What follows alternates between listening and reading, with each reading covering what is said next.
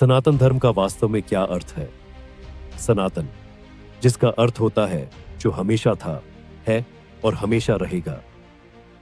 सनातन धर्म को दुनिया का सबसे प्राचीन धर्म होने की मान्यता प्राप्त है।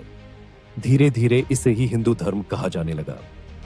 इसकी विशालता का अंदाजा इसी बात से लग जाता है कि सनातन धर्म में कुल देवी देवताओं की संख्या 33 कोटि बताई जाती है।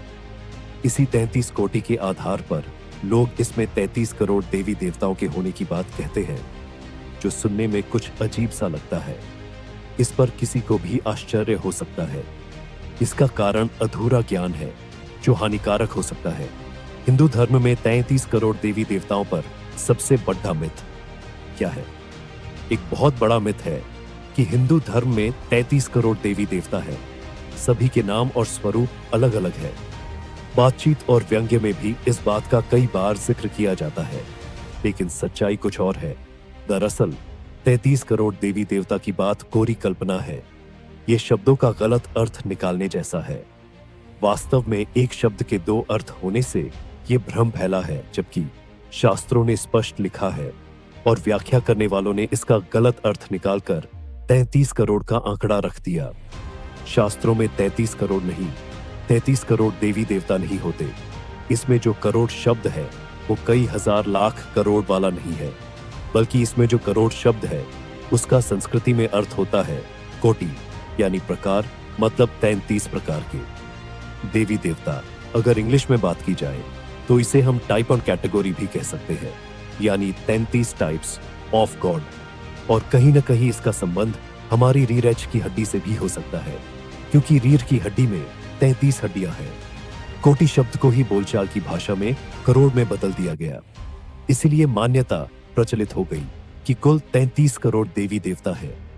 वेद, पुराण, गीता, रामायण, महाभारत या किसी भी अन्य धार्मिक ग्रंथ में यह नहीं लिखा कि हिंदू धर्म में 33 करोड़ देवी देवता है। और यही नहीं, देवियों को कहीं भी इस गिनती में शामिल नहीं किया गया है। 33 कोटि देवताओं के नाम इस प्रकार है। 33 कोटि देवताओं में 8 वसु, 11 रुद्र, 12 आदित्य, इंद्र और प्रजापति शामिल है। कुछ शास्त्रों में इंद्र और प्रजापति के स्थान पर 2 अश्विनी कुमारों को 33 कोटि देवताओं में शामिल किया गया है। इन 8 देव भाइयों को इंद्र और विष्णु का रक्षक देव माना जाता है।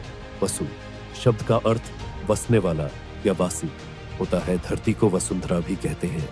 इन 8 वसुओं का जन्म दक्ष कन्या और धर्म की पत्नी वसु से हुआ था।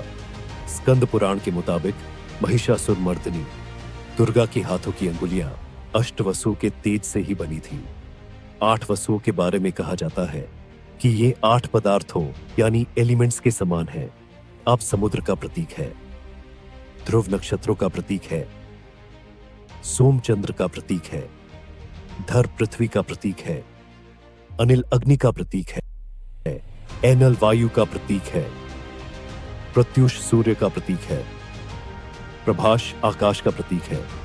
ये वही 8 वसु जिन्हें हम सरल भाषा में जल देवता, अग्नि देवता, वायु देवता, आकाश देवता, सूर्य देवता भी कहते हैं। 11 रुद्रों के नाम इस प्रकार है: मनु, मन्यु, शिव, महत, ऋतुध्वज, महीनस, उम्रतेरस, काल, वामदेव, भव, धृतध्वज। 12 आदित्य के नाम इस प्रकार है: अंशुमान, अर्यमन, इंद्र, त्वष्टा, धातु, पर्जन्य, पूषा, भग, मित्र, वरुण, वैवस्वत, विष्णु। 2 अश्विनी कुमारों के नाम इस प्रकार है: नासत्य और दस्त्र। क्या आप जानते हैं नए हिंदू धर्म के अनुसार किस पशु में 33 कोटि देवताओं का वास माना गया है? गौ माता में 33 कोटि देवताओं का वास होता है। गौ को पवित्र माना जाता है और उसे माता का दर्जा दिया गया है। गौ माता को दयालुता, भौतिकवाद, पवित्रता, धन, प्रतिष्ठा और शक्ति के गुण दिए गए हैं। गाय को गौ माता के रूप में जाना जाता है और उसे इसी तरह पूजा जाता है।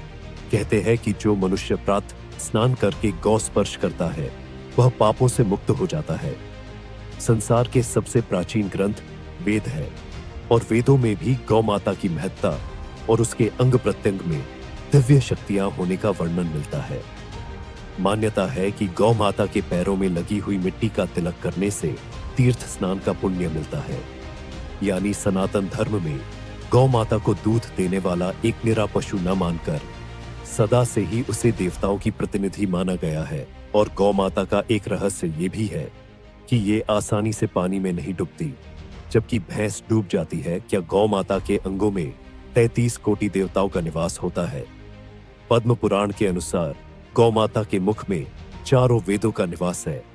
उनके सींगों में भगवान शंकर और विष्णु सदा विराजमान रहते हैं।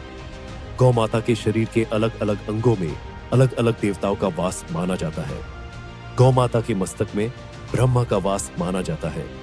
गौ माता के ललाट में रुद्रों का वास माना जाता है। गौ माता के सींगों के आगे वाले भाग में भगवान इंद्र का वास माना जाता है। गौ माता के कानों में अश्विनी कुमारों का वास माना जाता है। सनातन धर्म में बहुत कुछ रहस्य छिपा हुआ है। हम इन रहस्यों को ओम श्री भक्ति ऐप के माध्यम से आप तक पहुंचा रहे हैं। यदि आप और भी रहस्यों को जानना चाहते हैं तो अभी ओम श्री भक्ति ऐप को डाउनलोड करें और चैनल को सब्सक्राइब करें।